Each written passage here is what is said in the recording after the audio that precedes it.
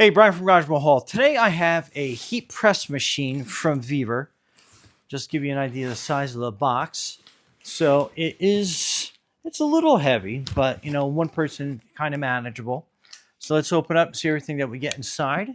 I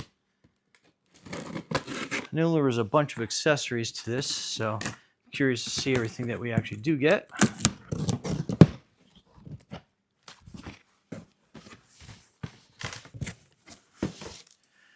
Okay, so lots of contents right out on top of the box. So I'll give you a quick peek at that.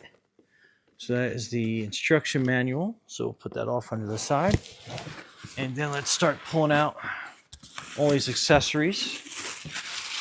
So it looks like that is going to be your control panel. And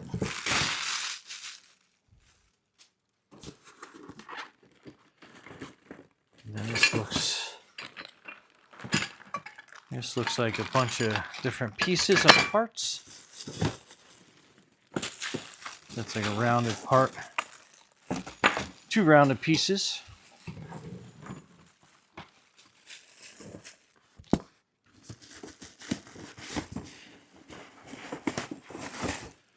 And then two other rounded.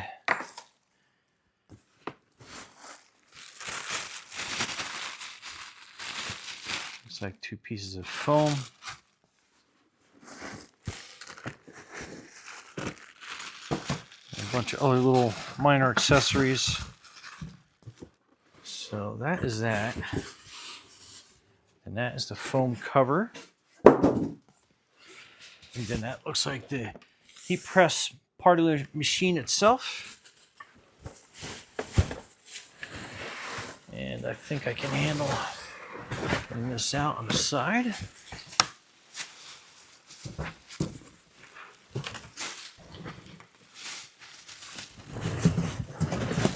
Kind of rolling it out of the box.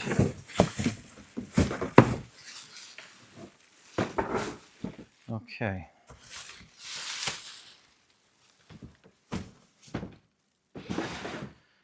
All right.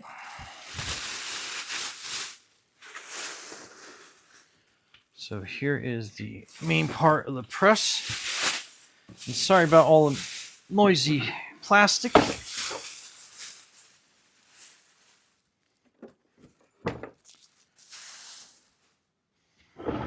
Okay, so that looks like that's where the control panel goes up. And that looked like that was pretty easy on how that goes up. And then it looks like that spins out of the way. It's very cool. So this definitely looks like it could be a bench mount. It's got like some screw holes in it. So especially when you're kind of like swinging this arm out, that can definitely make that center of gravity go off a little bit. And then I guess that's the pad that everything sits on. And then this is going to be the iron press itself. So pretty neat. Looks very adjustable. And then it looks like you can increase or decrease the amount of pressure that you're putting on the piece that you're doing. So very neat.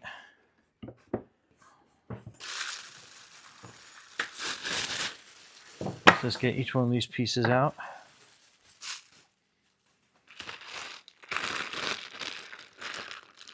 Oh, okay, cool.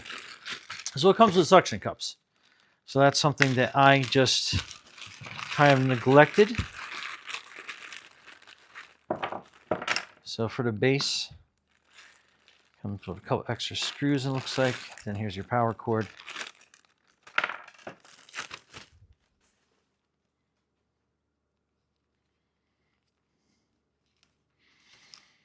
So there's our power cord out. Let's put this back down. Hold that in place. And then we will mount our base pieces on here, which looks like they kind of go into the hole. So a little bit self-tapping. So this is good if you have a smooth surface, which I don't here. It's a wooden surface, so. But I do have a couple other tables throughout the studio that we can definitely use that for. But maybe this will help make this a little more stable for our purposes. And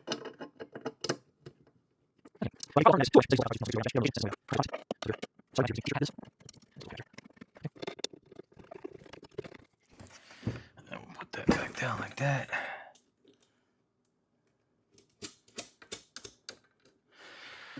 Let's see how that is. So yeah, that definitely makes a big improvement. Even though it's not like sticking down onto the wooden surface that I have, I'm sure it's definitely aiding to it without a doubt. Okay, so another couple of accessories, a couple additional pieces.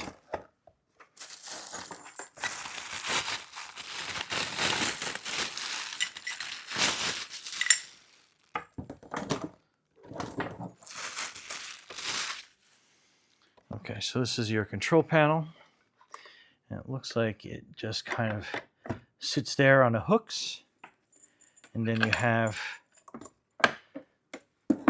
this goes in this way. It has a peg that lines up.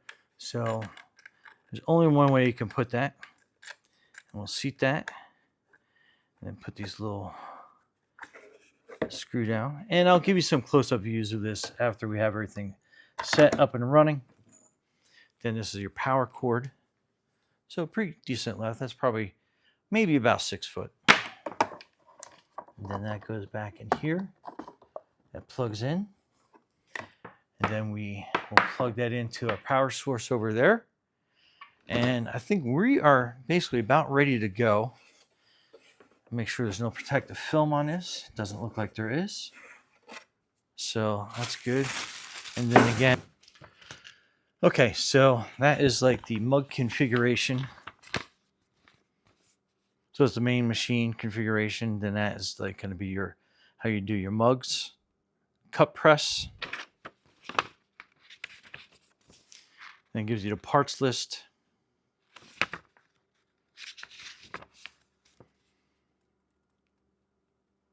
So that's going to be the steps for cup baking machine.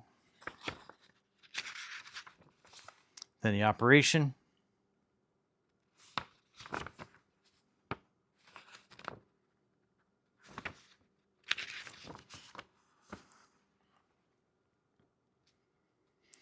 And then all the different accessories on this.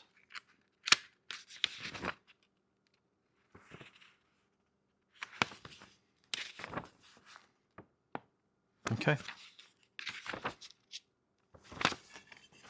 Okay, so the mug machine part, so you're going to have these two pieces, and then those are going to bolt together. Okay, and in this bag, you're going to get a bunch of different bolts. And you're going to be looking for the larger 4 bolts for the top of this press. And you're going to need a larger screwdriver than they include, just so you can kind of like bear down on it. But it's a heavy duty Phillips screwdriver that you're going to need. Like I said, just kind of like line these bolts up. And then you can get them put down pretty good. And don't tighten them all the way. You definitely want to leave a little wiggle room so you can get the rest of these mounted in here.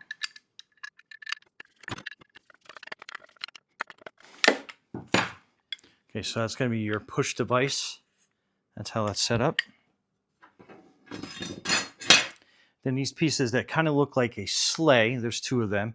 You want to basically line them up, and then with the smaller bolts, you're going to be putting 1/2 of this together.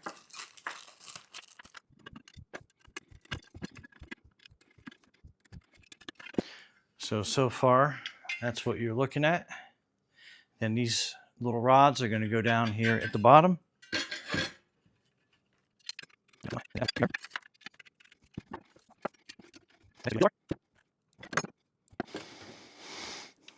And then you're going to have this piece, which is going to be sitting over kind of upside down like this. So you got the trench part here. facing up.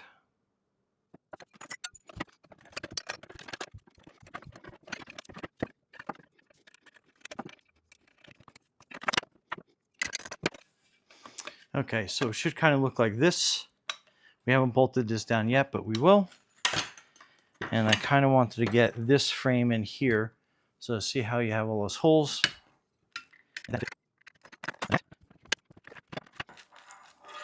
Okay, so far you should have it looking like this.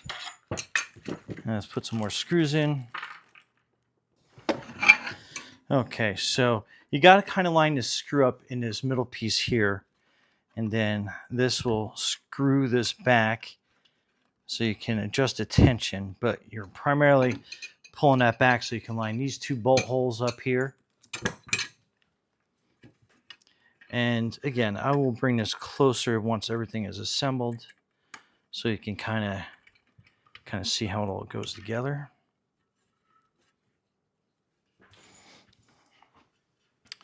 So kind of give you a overview of how that looks and then how this works. That clamp goes down around your mug or your cylinder, wherever you have in there.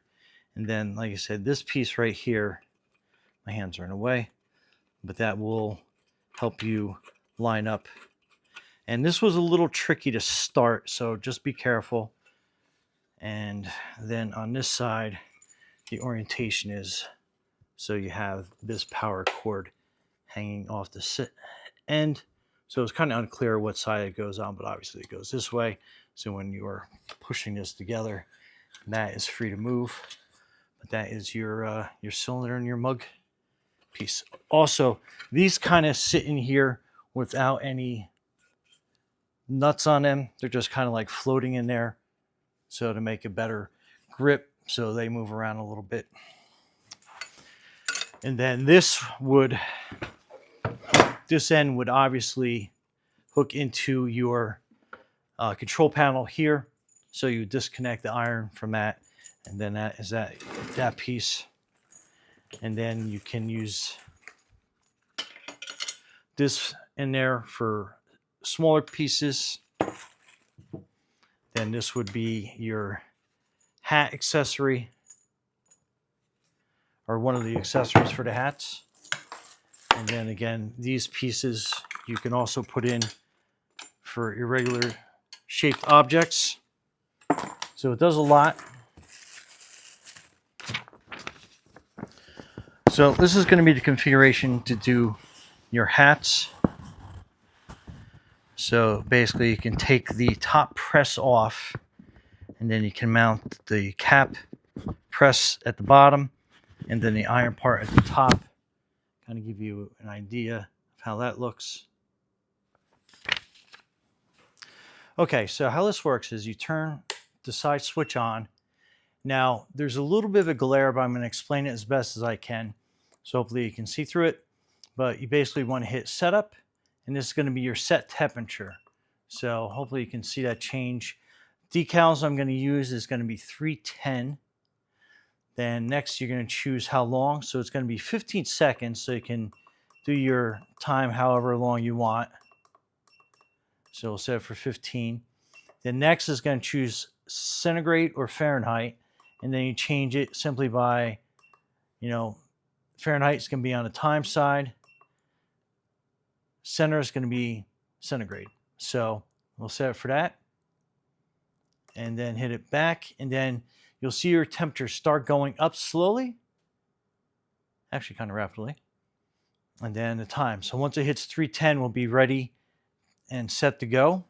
So let's just wait for that to get up to temp.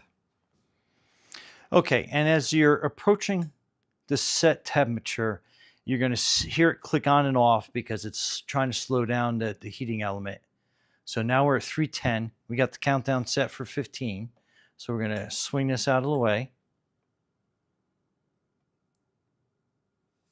And we're going to slide this forward a little bit to help it counterbalance.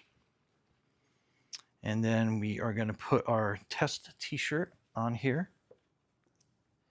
And again, I am very new at this, but I'm going to try to get all the wrinkles out as best as I can. And there is definitely a technique to this. I definitely do not have that down, but practice makes perfect. So that is my Garage Mahal logo that we're going to be putting down on this t-shirt. And we're going to aim it. I think that's probably pretty close to being straight. Let me try to get this collar lined up a little bit better. And then we have some tissue paper. And we're going to lay across that. Okay. Then we're going to spin this back across. Then we're going to line that up, push that back, and we're going to push that down for 15 seconds.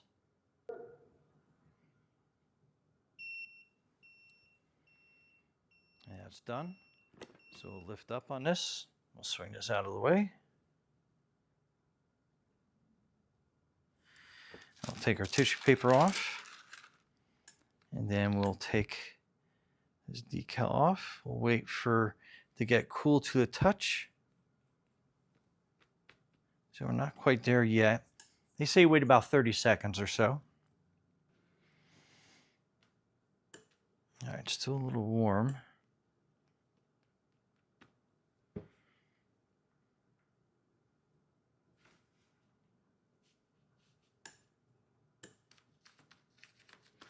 All right, and then here we go.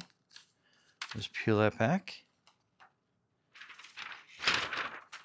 Quick and easy. And then we're good to go. Anyway, Brian from Garage Mahal, thanks for watching and be safe out there.